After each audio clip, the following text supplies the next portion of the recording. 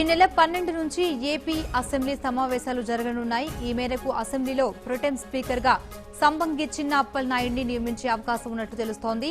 కొత్తగా ఎన్నికైన ఎమ్మెల్యేలతో ప్రొటెం స్పీకర్ ప్రమాణ స్వీకారం చేయించనున్నారు. అలాగే లోక్సభలో వైసీపీ పక్ష నేతగా మిథున్ రెడ్డి, పార్లమెంటరీ పార్టీ నాయకుడిగా విజయసాయిరెడ్డిని నియమించారు జగన్.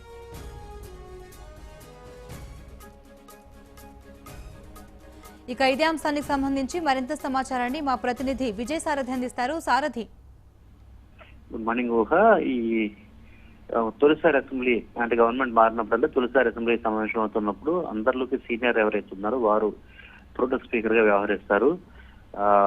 అంటే కొత్త స్పీకర్ ఎన్నుకునేంత వరకు కూడా ఆయన ప్రొటెం స్పీకర్ కొని ఎమ్మెల్యేలు అందరితో కూడా ప్రమాణ స్వీకారం అయితే చేస్తారు. ఇది మొదటి నుంచి వస్తున్న ఒక రూల్ సంప్రదాయం. అయితే ఈసారి మాత్రం చాలా మంది సీనియర్ ఎమ్మెల్యేలు ఉన్నప్పటికీ కూడా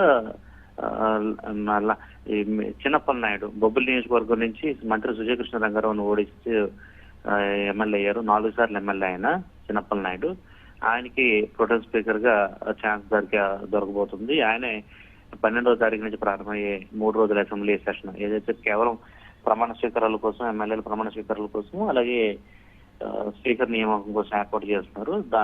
ఈ 3 రోజుల సమావేశాలకి ఆయన ప్రొటెం స్పీకర్ గా వ్యవహరించబోతున్నారు. నిజానికి అంతకంటే సీనియర్ నేతలు చాలా మంది ఉన్నారు.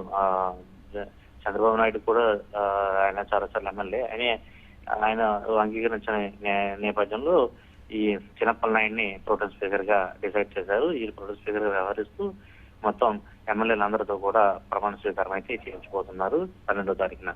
ఇక అదేవిధంగా ఢిల్లీకి సంబంధించి కూడా పార్టీ కీలక నేతలుగా పార్లమెంట్ లో మిథున్ రెడ్డిని, విజయసాయిరెడ్డి ఇద్దరిని కూడా జగన్మోహన్ రెడ్డి నియమించడం జరిగింది తమ పార్టీకి సంబంధించి.